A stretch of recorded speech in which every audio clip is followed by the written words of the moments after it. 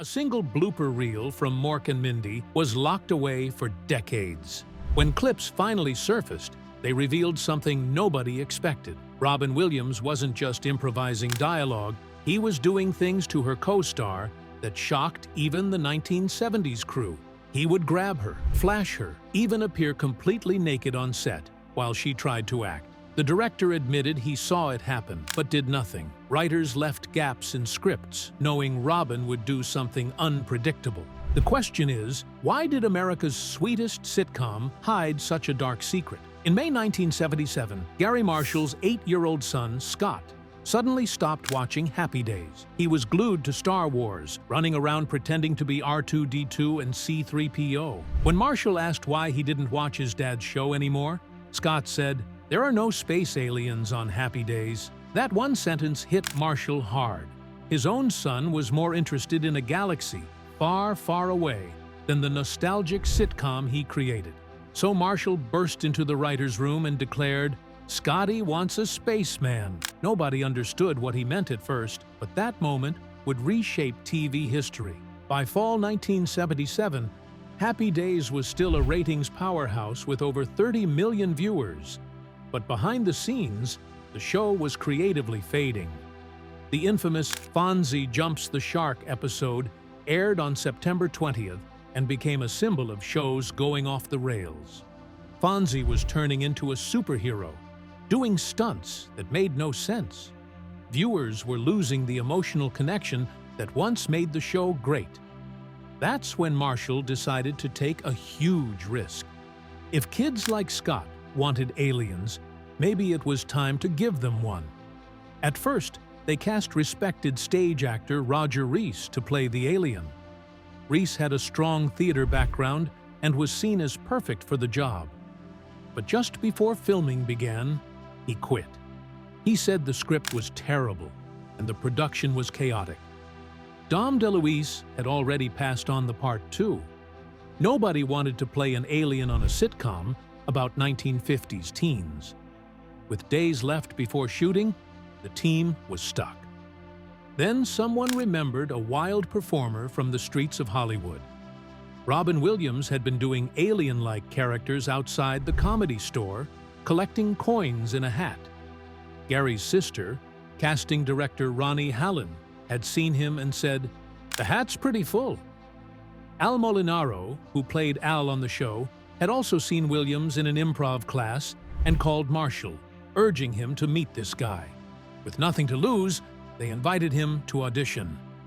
On February 28, 1978, Williams walked into Paramount's Stage 19.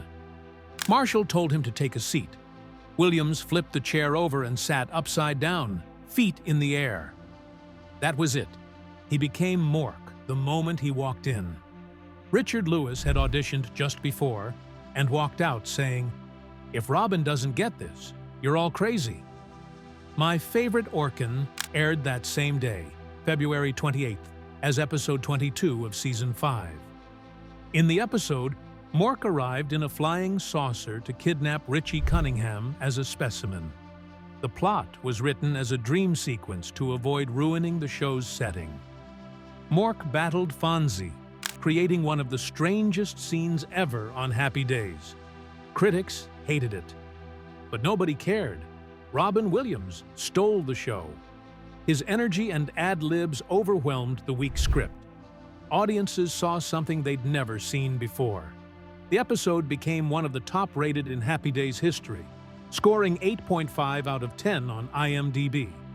Just 4 days after the episode aired, ABC locked down Robin Williams for a spin-off. They didn't wait for a pilot. They just spliced together footage from his Happy Days appearance with clips of Pam Dauber from a failed pilot called Sister Terry. Mork and Mindy was born. It premiered in September 1978 and became an instant hit. It pulled a 28.6 Nielsen rating and ranked 3rd nationally, right behind Laverne and Shirley and Three's Company. It even beat Happy Days. ABC used Mork and Mindy as part of its Thursday night lineup, squeezing it between Happy Days and Laverne and Shirley. Ratings skyrocketed. The show Angie which aired right after, got a 41 share just from Mork's lead-in. For a while, ABC had 6 of the top 10 shows in the country. During the week that Roots the Situ aired, Mork and Mindy even beat parts of that historic miniseries. Mork wasn't just a TV character, he became a cultural wave. His rainbow suspenders were sold across America. People lined up to buy Mork action figures and egg-shaped spaceships. Stores like Sears couldn't keep up with demand. Robin's Nanu Nanu hand gesture became as iconic as Spock's Vulcan salute. Writers even left blank spots in the scripts saying, "Robin will do something here," because his improv was impossible to predict. Robin Williams, who had no agent, no film career, and just one failed TV show on his resume, became a superstar overnight. He'd been performing in tiny clubs and on sidewalks just a year earlier. His first stage was a bar in San Francisco called the Holy City Zoo, where he worked as a bartender before they let him perform. David Letterman, who saw Williams for the first time at the Comedy Store, said, "There goes my chance in show business." Even Happy Days had to adjust to Mork's fame. In syndication, they edited reruns to add scenes showing Mork erasing everyone's memory so it fit with the new spin-off. The success was unlike anything television had seen. The impact reached beyond TV. The show was set in Boulder, Colorado, and suddenly fans were showing up from around the world. The house used in the show was bought for $80,000 in 1974 and is now worth $3.1 million. Tourists still visit Pearl Street Mall and the University of Colorado campus just to feel closer to Mork. Boulder embraced it all, offering guided tours and turning the show into part of the city's legacy. When Pam Dauber finally opened up in March 2018, no one expected what she would say. She had kept quiet for almost 40 years. From 1978 to 1982, she worked side by side with Robin Williams on Mork and Mindy. The show made both of them stars, but what happened behind the scenes was something no one outside the studio ever saw. She said the things Robin did to her were gross. He would flash her, grab her, even hump her during filming. She said it happened a lot. But what shocked people even more was that she said she never took offense. She thought it was fun. She blamed it on his charm. Even now, she said, if you wrote it down, it sounded awful. But he had those sparkly eyes. That way of making it all seem like a joke.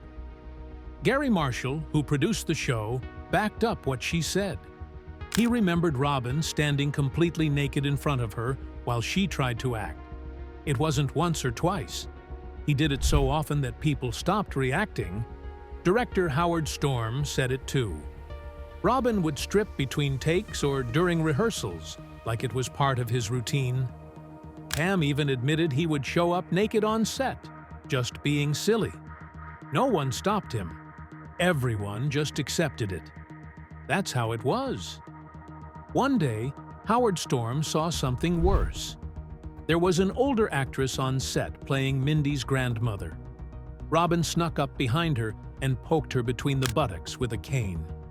Storm saw it happen and didn't stop him. He just laughed. He said later he thought she'd yell or be angry, but she didn't. And no one said a word. That moment made it clear how normalized it had all become. When Robin got bored, things would escalate. He would grab Pam in the middle of a scene. Not in the script, not planned, just out of nowhere. Storm said he'd tell Robin it wasn't written in the script to grope Pam, and Robin would just say, "Oh, okay," and move on. But then it would happen again. Robin would wrestle her, hump her between takes, and grab parts of her body while the cameras rolled. Then they'd stop and just start the scene over like nothing had happened. And it didn't stop there. Pam said he'd even fart on her. She called it some of the grossest stuff she ever experienced. But she kept defending him. She said it was just the 1970s. She said he had a gigantic heart. She kept saying it felt like they were siblings. But the things she described didn't sound like brother and sister moments. They sounded like a pattern of harassment. Yet Pam kept saying it was never meant to be harmful. Robin didn't just mess around physically. He messed with the script too. He would throw in curse words in Spanish, Russian, even Yiddish. He did it right in front of the cameras, pretending it was just alien language from the planet Orc. The network didn't even realize it at first. But once people from those languages started complaining, ABC had to bring in a special censor who could understand up to 4 different languages just to catch what he was saying. Robin joked about it in interviews later, saying he liked sneaking things past the radar. He thought it was funny. And the writers were doing it too. One of them, April Kelly, pulled off something so sneaky it shocked everyone. She wrote a scene in 1978 or 1979 where Mork gets invited to a ball hosted by the Benoit sister. But the name was a trick. It was pronounced Benoit, a hidden reference to a sexual toy. The censors didn't catch it because the spelling looked French. But the joke went out on live TV during Family Hour. Kelly said it was one of her proudest moments as a writer. The scripts were always short on purpose. There were lines in the script that literally just said, "Robin will do something here." The writers didn't even try to control him. Howard Storm said Robin could memorize the whole script after reading it once. He'd spend the next few days doing wild stuff, climbing walls, running off script, making jokes on the spot. Then by Friday, he'd go back to the script for the actual filming. Writers would watch rehearsals and steal his jokes to put into future episodes. They stayed up until 4 in the morning rewriting things to match whatever Robin had done that day. There was one episode that nearly didn't make it. In late 1978 or early 1979, April Kelly wrote a story about nuclear power. ABC shut it down right after it was filmed. They said there was no proof nuclear power was unsafe. But then the 3 Mile Island accident happened on March 28, 1979. Suddenly, the network looked ridiculous. Over that weekend, another writer called political contacts and gathered evidence using fax machines. No internet, just paper. ABC gave in and let the episode air, but they still made them change a lot of it. To capture all of Robin's chaos, Gary Marshall added a 4th camera to the set. No other sitcom did that. Normally it was 3 cameras fixed in place, but Robin kept going off script, moving all over the stage, and doing things the main cameras couldn't catch. That extra camera followed him around nonstop. It cost the studio more money, but they said it was worth it. They didn't want to miss any of his magic, even if some of that magic was wild, unpredictable, and hard to explain. Robin Williams was called a genius by many, and he was. But what Pam Dawber revealed in 2018 made people look at that genius a little differently. She described a man who got away with things no one else could. A man whose charm made people laugh instead of speak up. A man whose talent was so bright that it covered up things that should have never happened. And for 4 years, on one of the most popular shows in America, everyone around him looked the other way. When Mork and Mindy premiered in September 1978, it exploded with 60 million weekly viewers and became the 3rd highest-rated show in America. The chemistry between Robin Williams and Pam Dawber, the quirky humor, and the warmth of the supporting cast made it feel like lightning in a bottle. It was in the perfect time slot, too, airing between Happy Days and Laverne and Shirley on Thursday nights. But in September 1979, ABC made a move that nearly destroyed the show overnight. They shifted it to Sunday nights, putting it up against Archie Bunker's Place and NBC's Sunday Big Event. It was a disaster. The show fell from number 3 to number 27. Viewership dropped nearly in half. The magic was slipping away fast. The situation got worse when ABC decided to cut Fred and Cora from the show. Mindy's father and grandmother weren't just background characters, they were the emotional backbone of the entire series. Fred, played by Conrad Janis, gave the show a kind of classical dignity. Cora, played by Elizabeth Kerr, had this progressive charm that made her the perfect counterbalance. But ABC believed young people didn't want to see older faces on screen, so they were written out quietly. No drama, no proper goodbye, just gone. And with them, a huge part of the show's emotional heart disappeared. Fred came back for just 2 episodes in Season 2. Cora was seen in only 8 more episodes total. The family warmth was gone. Then came Remo and John Da Vinci. ABC introduced these deli-owning siblings from Brooklyn to add youth appeal. They were everywhere in Season 2 and 3, popping up in 27 episodes. But when that plan failed too, ABC panicked again. At the start of Season 4, they were simply erased from the show. No exit, no mention. Viewers were left confused. What happened to the new central characters? No one knew. The network just wanted them gone. It became clear that ABC had no idea what made the show work in the first place. The worst decision came when ABC tried to control Robin Williams. In Season 1, the writers left space in the scripts for him to go wild. The directions literally said things like, "Robin will do something here." That freedom was the magic. But by Season 2, ABC wanted a traditional sitcom. They forced everything into neat little storylines and boxed in Williams's energy. He got bored. He stopped doing the catchphrases like "Nanu Nanu" and "Shazbot." The sparkle that made the show feel alive started fading. Viewers noticed. The numbers dropped. The soul of the show was being squeezed out. By the time Season 4 came around, the show was costing $450,000 per episode.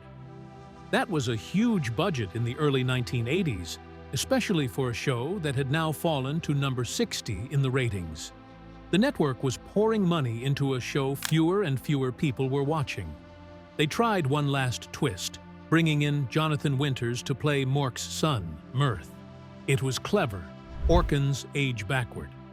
But even that brilliant pairing couldn't save the show.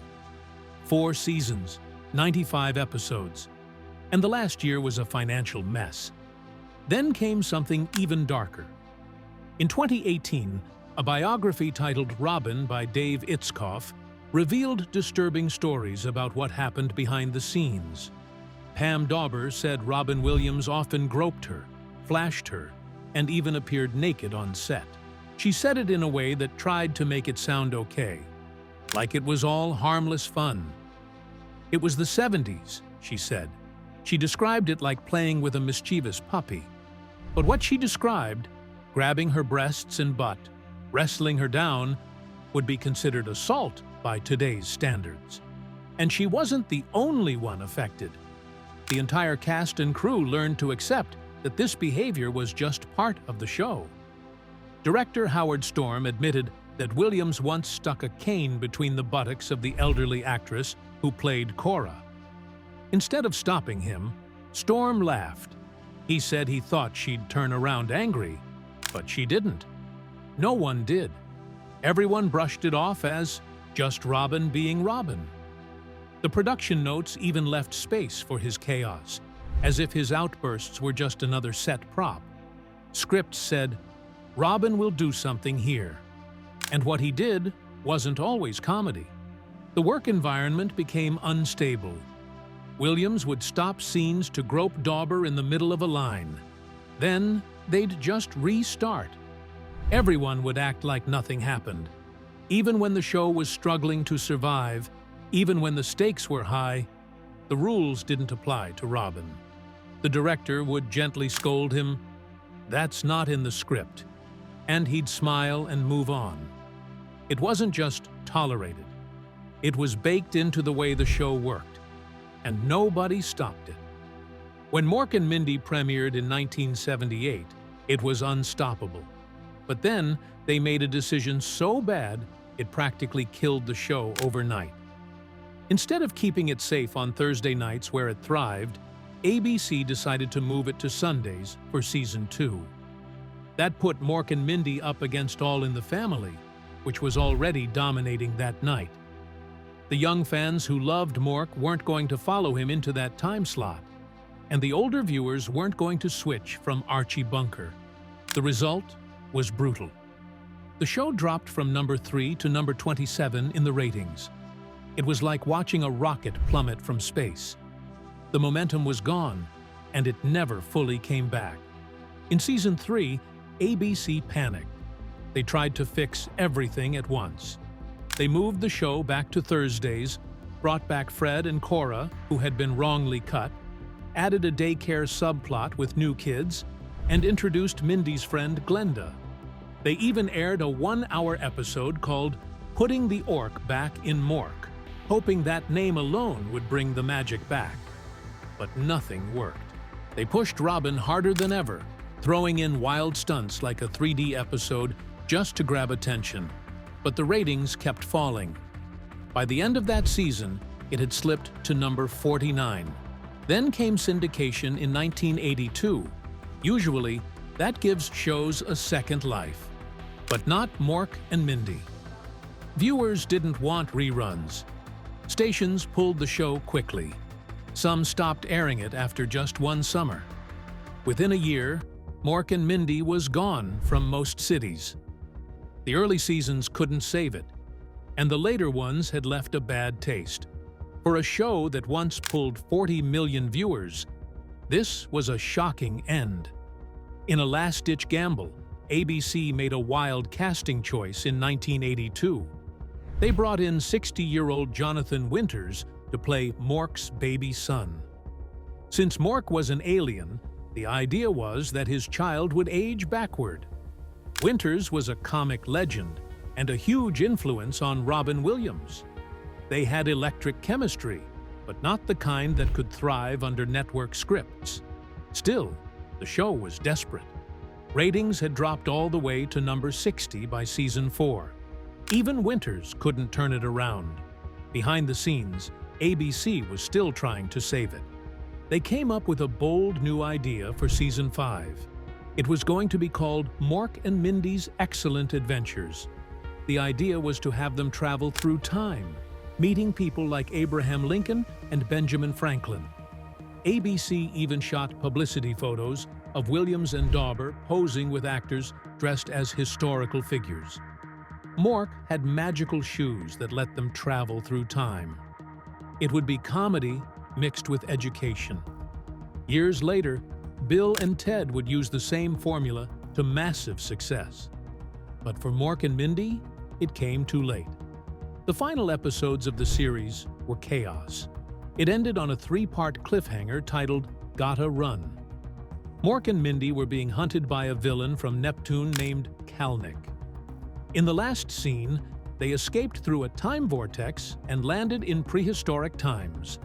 It was meant to set up the next season, but ABC canceled the show before it could continue. They didn't even tell the cast and crew until after filming had ended. The network quickly swapped the intended finale with an earlier episode where Mork reports back to Orson about married life. That became the stand-in ending. It was directed by Robin Williams himself, the only time he ever directed. But even more disturbing than the show's fall was what later came out about the environment behind the scenes. Between 1978 and 1982, Pam Dauber kept quiet about what she endured. When she finally spoke in 2018, 4 years after Williams's death, her words were shocking. She said he constantly groped her, grabbed her, flashed her, and even humped her during scenes.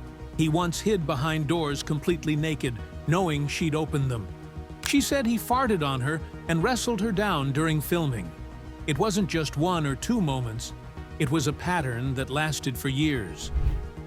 Director Howard Storm admitted Robin would show up looking like a wreck after wild nights of partying and sex.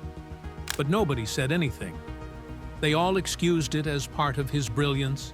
Even Pam herself said, "I never took offense," and "it was so much fun," brushing it off with lines like, "It was the 70s, after all." That was the excuse everyone used back then. Williams even once put a cane between the buttocks of an elderly actress playing Mindy's grandmother. It was all treated like part of the comedy. The entertainment world accepted this behavior for decades. If a man was talented and funny, he was untouchable. Everything he did was passed off as genius or harmless fun.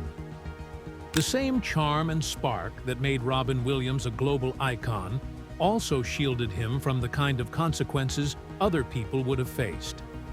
That's why when Pam finally told her story in 2018, it landed during the Twitter Me Too era, but didn't spark outrage. People still saw him as the lovable alien who said, "Nanu, nanu." In the end, Mork and Mindy wasn't just a show that lost its ratings. It was a story of how one of the biggest hits on TV was slowly destroyed by bad decisions, wild desperation, and a culture that ignored serious behavior behind the scenes. It went from number 3 in the ratings to number 60 in just 4 years. It ended on a cliffhanger no one ever resolved. And even though ABC once dreamed of sending Mork through time to meet history's greatest minds, all that was left behind was a quiet clip show and the sound of a vortex that never got closed.